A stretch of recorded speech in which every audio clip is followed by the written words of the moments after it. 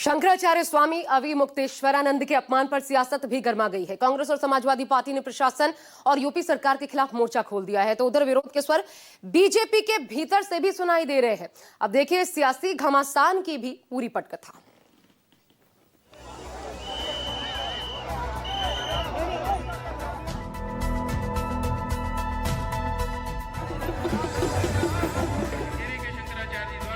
हम हैं ज्योतिष पीठ के शंकराचार्य, निर्विवाद रूप से है, और अगर कोई विवाद उठाता है इसका मतलब कि वो दूषित भावना वाला है।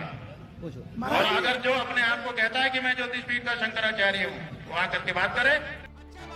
शंकराचार्य स्वामी अविमुक्तेश्वरानंद के अपमान का मुद्दा यूपी की सियासत में तूफान ले आया है। कांग्रेस और समाजवादी पार्टी दोनों ने ही शंकराचार्य को नोटिस भेजने के मुद्दे को लेकर यूपी सरकार को घेरना शुरू कर दिया।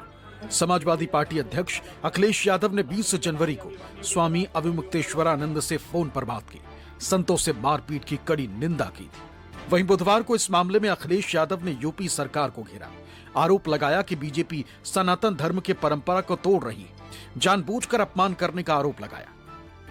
आज हिंदूवादी सरकार में उनके अधिकारी हमारी शिकड़ पकड़कर हमारे विद्यार्थियों को घसीट रहे हैं। इससे बड़ा भारतीय जनता पार्टी को ऐसा व्यवहार अपने अधिकारियों के माध्यम से नहीं करना चाहिए था। भारतीय जनता पार्टी ने जानबूझ करके संतों को, साधु संतों को और तमाम लोगों को जानबूझ करके अपमानित किया है। अखिलेश यादव ने स्वामी अविमुक्तेश्वरानंद से फोन पर बात करके विपक्ष के नेता माता प्रसाद पांडे को मिलने के लिए भेजने की बात कही थी। अखिलेश के निर्देश पर अब माता प्रसाद पांडे शंकराचार्य से मिलने जा रहे हैं। जाने का उद्देश्य है, पहला तो गंगा स्नान है और दूसरा है अब हमारा कैंप है, उसमें भी जाएंगे। वहीं कांग्रेस मंगलवार से ही माघ मेला प्रशासन और यूपी सरकार के खिलाफ हमलावर है। मध्य प्रदेश के छतरपुर में शंकराचार्य के अपमान के खिलाफ युवा कांग्रेस ने जोरदार प्रदर्शन किया। यूपी कांग्रेस के अध्यक्ष अजय राय ने भी मंगलवार को स्वामी अविमुक्तेश्वरानंद से प्रयागराज में मुलाकात की। कांग्रेस ने संतों से मारपीट और शंकराचार्य के अपमान पर यूपी सरकार को घेरा। ये शंकराचार्य का अपमान नहीं, ये सनातन का अपमान है। ये पूरे हिंदू समाज का, सनातनियों का अपमान है। क्या इसके पहले भी डीएम निर्धारित करते थे क्या कि शंकराचार्य कौन बनेंगे? ये योगी सरकार निर्धारित कर रही है। और मैं इतना ही कहना चाहूंगा कि उनको 2024 में जब वो शंकराचार्य जी को जगह दी गई, आप उस समय जब लगा था महाकुंभ, तो किस हैसियत से आपने जगह दिया था, उसको सार्वजनिक करें कि किसका नाम से आवंटन था। अपने आप आ जाएगा।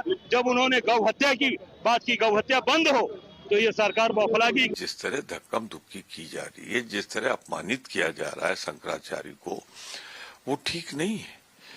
ये भारत की छवि, इस मेले की छवि खराब कर रहा है और लोगों की भावनाएं आहत हो रही। करोड़ों लोग हैं जो शंकराचार्य के अनुयायी हैं, मानते हैं किसी भी परिस्थिति में शंकराचार्य का अपमान नहीं किया जाना चाहिए था।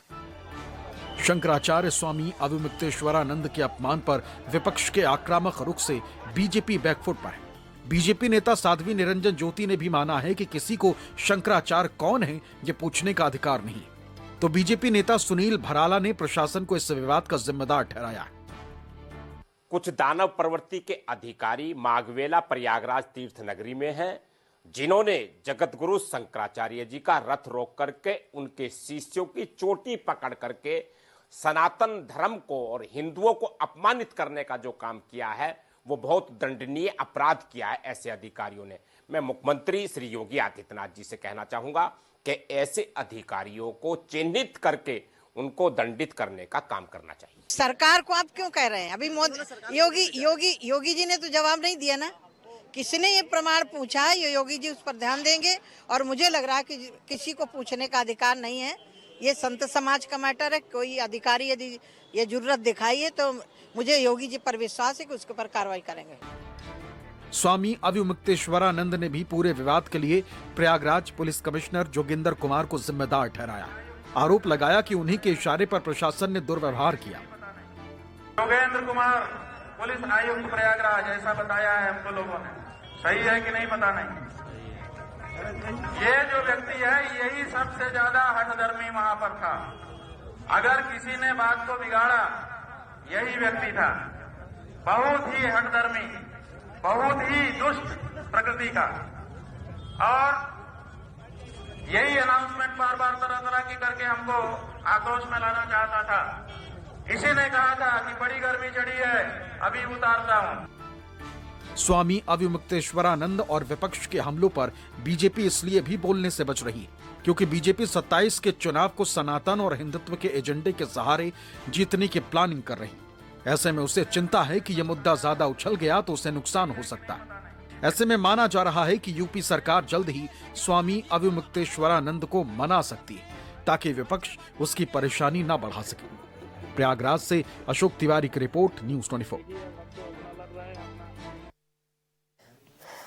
अब ये